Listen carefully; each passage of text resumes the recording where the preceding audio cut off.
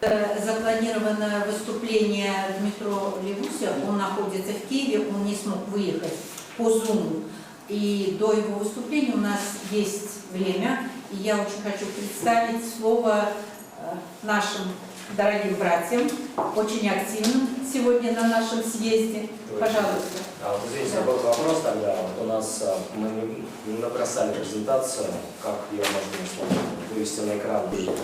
Пару слов сказать, что в 2014 году и корейский народ тоже осудил аннексию Крыма. И когда русские проводили референдум по присоединению Крыма, мы написали петицию корейского народа, которые хотели провести в это время именно референдум по отделению Карелии. Вот из-за чего моя организация непосредственно была признана экстремистской, и я уже потом получил убежище здесь, в Европе. Так что... Так, давайте, вам очень идет. Чуть-чуть.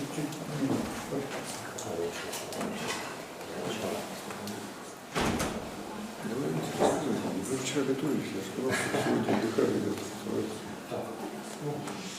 Я начну включать за актер. Нет, вы рассказывать будете, как договорились вчера. Хорошо. А я вставлю там потом. Мы считаем, наша делегация считает, что существует основная проблема русификации, и мы назвали его окончательное решение финно-угорского вопроса. Потому что если сейчас мы будем закрывать на это глаза, с нами может случиться то же самое, что случилось с неким народом давным-давно в Германии. Существует несколько проблем. Это образование, это когда отсутствует возможность получать образование на родном языке. Я говорю не про школы, я говорю про полное образование, то есть университет, где происходит образование полностью от начала до конца, и это также влияет на связь именно с другими финно-угорскими народами. Существует проблема этнокультурных анклавов. Я имею в виду о том, что не существует международного сотрудничества финно-угорских народов. И сейчас имеется барьер, который ставит нам Кремль, для спокойного выезда финно-угорские народы Европы. И таким образом мы находимся в культурной изоляции. Проблема самоидентификации – это отсутствие социальных институтов национальной направленности, то есть сведение статуса коренных народов лишь как для декоративного ансамбля, то есть их используют, как вы уже упомянули, отправляют по Волге, но по факту они ничего не решают. И национальная история – это один из важнейших, на мой взгляд, и на наш общий взгляд, проблем. Это замалчивание архивов, уничтожение интеллигенции, также не дают возможность сформировать новую интеллигенцию. И любые молодежные движения сразу прикрываются либо структурами ФСБ, вводятся туда отдельные личности, которые пытаются подвести их под закон либо 282, либо под 280 пункт 3, то есть призыв к сепаратизму.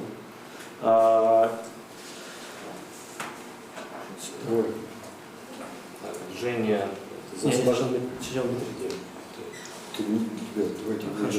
Хорошо, основные цели, в которые мы ставим в своей организации, это, собственно, дерусификация, пробуждение самосознания финно-угорских народов и создание определенных механизмов, при которых все финно-угорские народы будут взаимодействовать. То есть мы ставим своей целью развить движение внутри Карелии. Мы считаем, что Карелия и Эрзянь, Мастер — это самые такие на данный момент горячие точки. В настоящий момент порядка 2/3 всех конфликтов вообще на планете происходят именно в связи с этническими накалами, то есть это этнические конфликты. И сейчас именно есть пробуждение самосознания у финно-угорских народов, потому что у нас есть прошлое. И у нас есть, помимо того, что общее прошлое, как у людей, которые вышли из одного ядра и уже в дальнейшем разделились, так и локальное прошлое в виде малых родин, где мы приобрели свою идентичность. То есть с нашей стороны, следующий вопрос, с другой стороны, следующий. С нашей стороны мы хотели именно предложить концепт Сурсоми, который подразумевает объединение наших финно-угорских родов в какую-то большую экономическую зону, собственно, где мы будем друг друга условно поддерживать, не условно. В основе мы предлагаем, чтобы каждый регион оставался независимым, поддерживал свою культуру. То есть, например, эрзя говорили на своем языке, мокши говорили на своем языке, развивали свою культуру. При этом можно использовать какой-то объединяющий язык, например, как для культурных и для торговых связей можно взять финский. Например, как пример первого освобожденного народа. Это все дискутивно, то есть это можно обсуждать. Дальше, пожалуйста. И такой основной посыл – это создание центра притяжения финно-угорской культуры в Европе. На мой взгляд, на наш взгляд, этим центром сейчас на данный момент является Эстония. Появляется вопрос, почему именно Эстония? У нас есть еще три государства финно-угорских народов в Европе. Венгрия, которая себя не самым лучшим образом показала по отношению к Украине и вообще к мировому сообществу, поскольку она слишком аффилирована и заинтересована, скажем прямо, в российских вложениях экономических.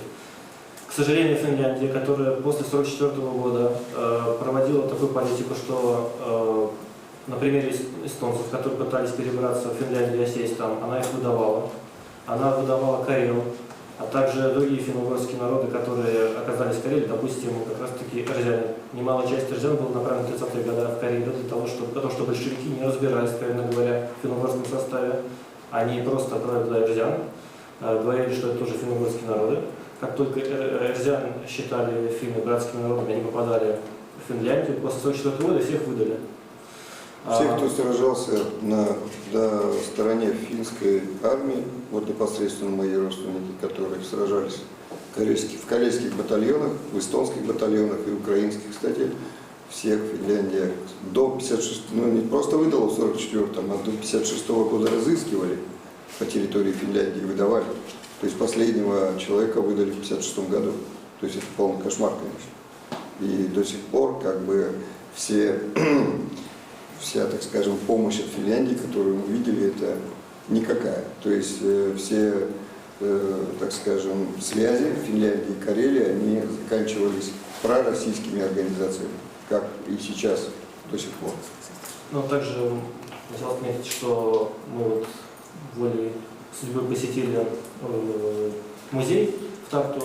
Там была экспозиция по шведскому паспорту, который был выдан эстонцам, которые бежали после 1946 года. Немалая часть этих людей, кому так сильно не повезло, также были выданы властями и Швеции, и Финляндии в то время. Сейчас мы видим исключительно Эстонию как такой бастион, который сумел, во-первых, сохранить культурные особенности своего народа, находясь в оккупации еще советской, произвести бескровный выход из состава в 1991 году, и этот опыт нужно экстраполировать. Важный вопрос является правовой статус русскоговорящего населения, то, о чем мы уже говорили здесь, то есть получается статус гражданина и не гражданина. Потом Балтийский регион, это, как нам кажется, это тот центр сохранения и распространения культуры финно-угорского мира в Европе, и географически, и политически. И наиболее таким важным вопросом является вопрос института репатриации. Поскольку финно-угорские народы очень дисперсно распространены по всей территории Северной Евразии, есть такая проблема, что чтобы не началось внутренних склок и, так сказать, расколей, предлагаем объединиться всем финно-угорским народам и находить из общего дома, также разойтись по своим квартирам. И это должен быть целый институт, помогающим нам в дискуссионном плане находить эти возможности. Желающим, конечно. Да, безусловно, желающим, которые готовы сотрудничать и принимать эту программу. Это наша основная идея, которую мы хотели донести. Основная концепция была раскрыта. Вы сейчас в эмиграции все, да?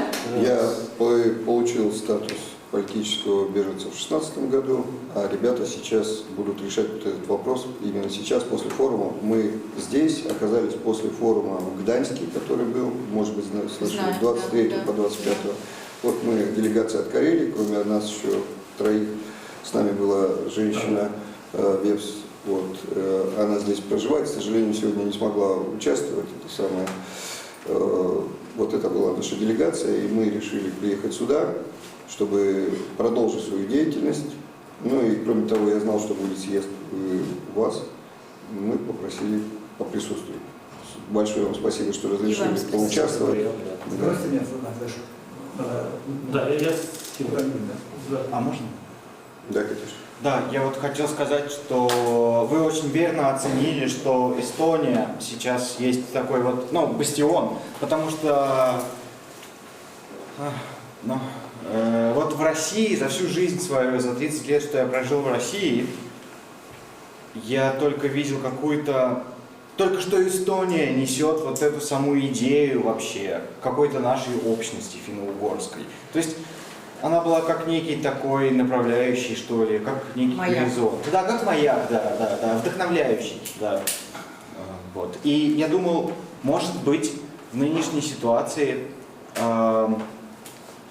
может быть, нам будет полезно создать что-то типа агентства Сахнут. Знаете, у евреев есть агентство Сахнут. Мы хотим создать здесь общественную, ребята просто, может, не совсем до конца договорили, то есть мы хотим именно создать здесь общество финно-угорское, которое, так скажем, будет в противовес Афуну и Мафуну пророссийским, и здесь непосредственно вести деятельность, собирать здесь людей, сторонников, которые будут бороться за независимость своих республик. Да, так что нам нужна ваша тоже помощь, мы хотим заручиться и вашей поддержкой, как наиболее активных представителей. И, собственно, распространить эту идею на другие финно-угорские народы, которые находятся еще в оккупации, чтобы они принимали участие, посильное, непосильное, всевозможное участие в, собственно, как называется, в противостоянии. Да. И в первую очередь, конечно, хотелось бы, чтобы познакомиться, если здесь есть 100 ваши граждане, которые имеют гражданство Эстонии, чтобы открыть здесь, ну или хотя бы постоянное вид на жительство, чтобы открыть здесь НКО официально и работать уже в юридическом поле. То есть не просто как движение объявить, а чтобы было это объединение. Да, и такой момент, почему мы, как представители Карелии, считаем, что Карелия идеально также подходит для этого. Карелия раньше была 16-й республикой, в 1956 году она была лишена этого статуса.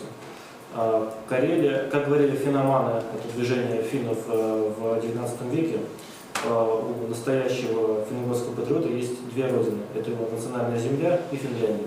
Сейчас мы считаем, что такой землей может стать Карелия. И если вдруг у каких-то финно-угорских народов не сможет получиться построить свое национальное государство, мы считаем, что Карелия может принять их всех и вместе строить свое национальное государство.